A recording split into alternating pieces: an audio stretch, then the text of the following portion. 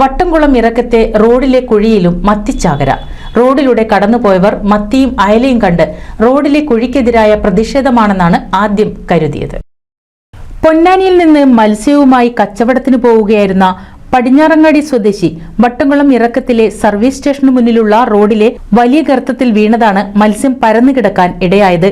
എതിരെ വാഹനം വരുന്നത് കണ്ട് വെട്ടിച്ചതോടെയാണ് മത്സ്യം കൊണ്ടുവരികയായിരുന്ന ഇരുചക്ര വാഹനം കുഴിയിൽ വീണത്. രാവിലെ 10 മണിയോടെയായിരുന്നു സംഭവം. നാട്ടുകാരും തൊട്ടടുത്തുള്ള കച്ചവട സ്ഥാപനങ്ങളിലെ ആളുകളും എത്തി കുഴിയിൽ നിന്നും റോഡിൽ നിന്നും മത്സ്യം പെറുക്കിയെടുത്ത് കഴുകി വൃത്തിയാക്കി. നിരവധി ഇരുചക്രവാഹന യാത്രക്കാർക്ക് ഈ ഗർത്തത്തിൽ വീണ് പരിക്കേറ്റിട്ടുണ്ട്. എന്നിരുന്നാലും അധികൃതർ ഈ കുഴികൾ അറ്റകുറ്റപ്പണി നടത്താനുള്ള യാതൊരു നടപടിയും സ്വീകരിച്ചിട്ടില്ല. NCV news, Edappal. കേരളത്തിലെ number 1 broadband cable TV network കമ്പനിയായ കേരള വിഷൻ ഇന്ന് ഇന്ത്യയിലെ ആദ്യ 10 ബ്രോഡ്ബാൻഡ് കേബിൾ TV സേവനദാതാക്കളുടെ പട്ടികയിൽ ഇടം നേടിയിരിക്കുന്നു. Vision success.